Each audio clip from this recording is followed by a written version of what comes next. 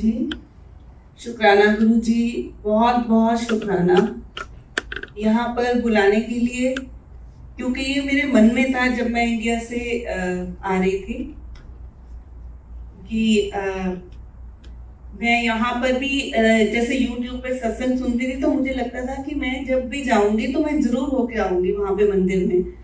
So I am really blessed.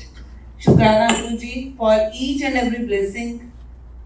Seema aunty ने जब आज ये मुझे बोला कि आज जोत भी आप लेट करोगे, वो भी आपके आज सेवा है, तो I was really no in tears कि गुरु जी इतनी सारी ब्लेसिंग्स देने के लिए बहुत बहुत शुक्राना। Thank you so much. सत्संग तो गुरु जी के हम पता नहीं कितने जन्मों से जुड़े हुए हैं गुरु जी के साथ, बट जब हम जब गुरु जी से जुड़े तो वो 1 जनवरी 2015 था, और शायद गुरु जी जानते थे कि उस टाइम मुझे सबसे ज्यादा जरूरत है कि मैं बहुत डिप्रेसिंग से फील करती थी। मेरा बेटा IIT में गुवाहाटी में गया था और मैं कभी उसके बिना रही भी नहीं थी, तो उनको शायद सब कुछ पता था कि इस टाइम इसको शायद सबसे ज्यादा जरूरत होगी। तो तब शायद हम लोग ऐसे ही, मैं पहले कहते थे कि उस दिन गुरु पूर्णिमा थी 1 जनवरी 2015 को, और मतलब मैंने ये मन में सोचा था कि हम जाएंगे और वहाँ मेरे फ्रेंड्स ने बताया था बहुत बड़ा शिवलिंग है और शिव मंदिर है, तो हम वो देख के आएंगे। बस इतना ही था मन में, और कुछ ऐसा नहीं था कि हमने वहां पे जाके कोई गुरुजी हैं वहां पर हमें कोई वहां जाके लंगर प्रसाद करना है।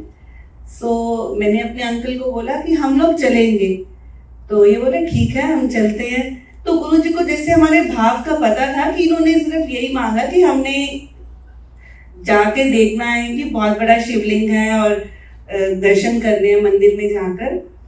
तो मैंने देखा वहां तो बहुत रश है, जो भी मुझे लगता है सब लोग बड़े मंदिर जाते हैं, तो वहां पर 2-3 किलोमीटर तक पूरी लाइंस लगी हुई थी, और इतना रश देखा तो मैंने बोला कि ठीक है हम दूर से दर्शन कर लेते हैं, और ठीक है हम मतलब मुझे तो यही देखना था कि शिवलिंग बहुत बड़ा है, शिव मंदिर है।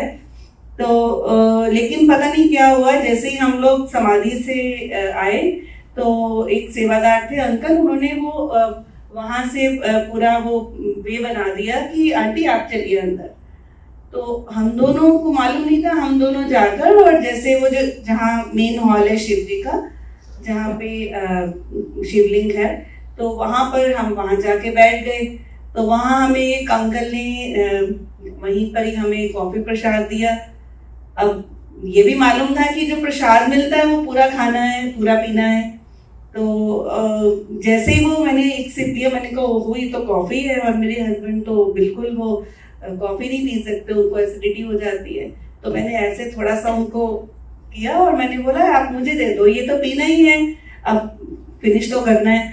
तो ये बोले कि नहीं मैं पी लूंगा, और इन्होंने सारा प्रसाद पिया और इनको कुछ भी नहीं हुआ।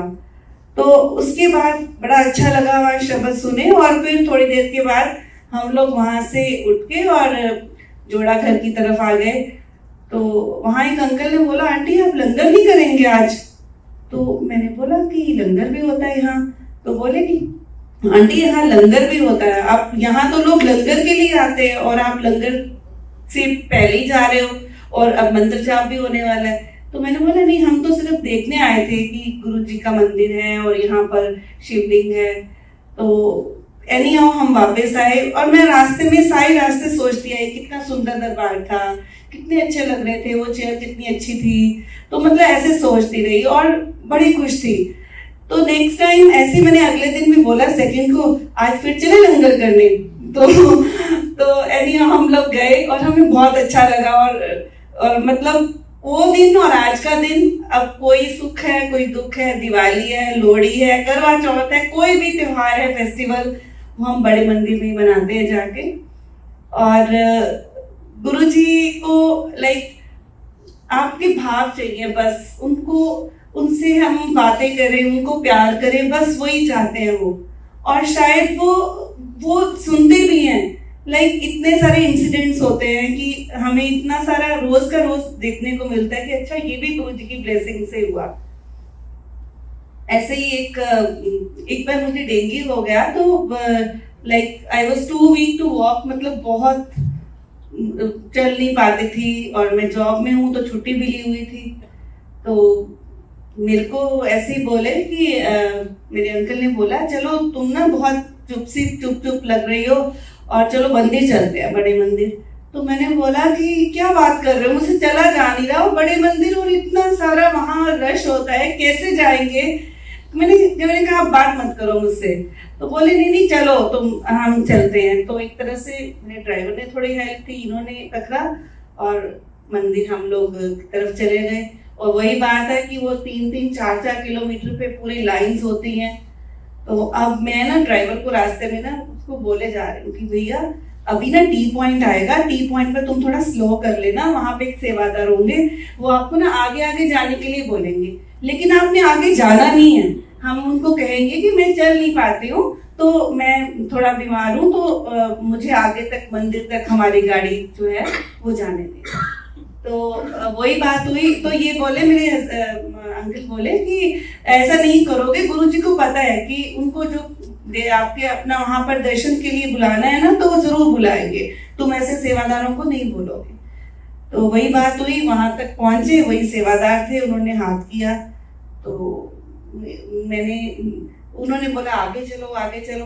तो वही आगे वही 3 किलोमीटर तक आगे चले गए, कहीं जगह ही नहीं है पार्किंग के लिए। तो मैं इनसे बोल रही हूँ बड़े गुस्से में कि ठीक है आज आप ही दर्शन करना, आज मैं तो बैठी रहूंगी गाड़ी में, मेरा तो कोई स्कोप ही नहीं है। तो उतनी देर में मतलब पता नहीं कहाँ से 1-2 अंकल उन्होंने हाथ किया। तो ड्राइवर ने गाड़ी थोड़ा धीरे की। तो मैं जैसे ही बोलने लगी कि लाइक मैं उठ नहीं पाती हूँ, मैं चल रही, तो उतनी देर में बोला आंटी आओ बैठो गाड़ी में। तो मेरी आंखों में आंसू आ गए। मैंने बोला कि मेरे लिए गुरुजी ने गाड़ी भेजी है। तो वो बोला आंटी ऐसे ही हुक्म है हमें।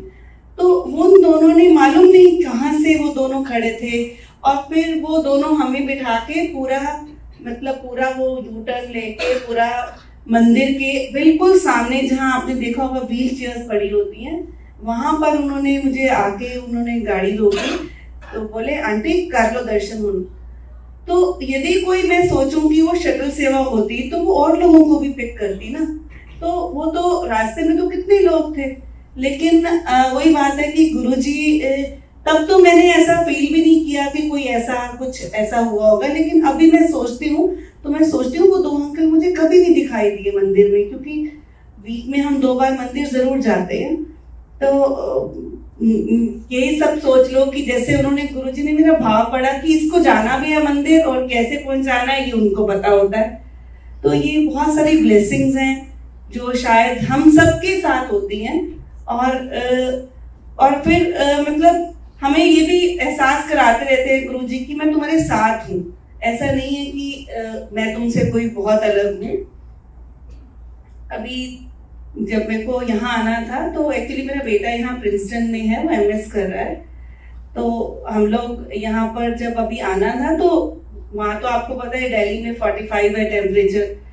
तो एक दिन ऐसे ही 3 दिन पहले की बात है कि इन्होंने ना 2 गिलास, मेरे हस्बैंड ने 2 गिलास रखे पानी के। तो मैंने बोला गुरुजी को ज्यादा गर्मी लग रही है कि आपने 2, मैंने एक्चुअली घर में गद्दी लगाई हुई है गुरुजी की, और तो मैं वहां पर जल प्रसाद रखा, तो 2 गिलास रख दिए। मैंने कहा आज गुरुजी को ज्यादा गर्मी लग रही है क्या कि आपने 2 गिलास रख दिए हैं? तो बोले हाँ पता नहीं मन में आया कि मैंने 2 गिलास रखे हैं। तो मैं जब सुबह उठी तो मैं थायराइड की अपनी मेडिसिन लेती हूँ, तो मैं उसी जल से लेती हूँ। तो जब मैंने वो जल प्रसाद देखा तो उसमें तो इतना सा था, 1 घूंट 1 गिलास में। तो मैंने कहा आज क्या इन्होंने कम भरा होगा जल। मैंने कहा वो तो बहुत पर्टिकुलर है, अजय तो बहुत पर्टिकुलर है कि नहीं गुरुजी के लिए जब जल भरते हैं। तो मैंने इनको आवाज दी कि आज आपने 1 घूंट भरा है क्या गिलास में जल? तो ये बोले नहीं ऐसा तो नहीं, मैंने तो 2 गिलास फिल किए थे पूरे। तो ये उनका भाव है। मैंने बोला कि गर्मी ज्यादा लगती है, तो गुरुजी ने बोला कि इसको भी दिखा देता हूँ। तो ऐसा है, गुरुजी तो सब हमारे मन की बात को समझते हैं। तो बहुत सारे सत्संग हैं, अभी आने से एक दिन पहले मन का भाव है, हम तो कौन है एक्चुअली।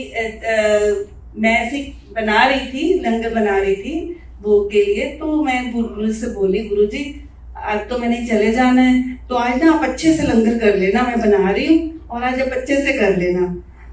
तो अब वो तो हम उनको क्या कहेंगे, वो तो हमें देने वाले हैं, लेकिन अपने मन का भाव था कि गुरुजी इसके बाद तो ड्राई फ्रूट पड़ा होगा, अभी आप अच्छे से लंगर कर लेना।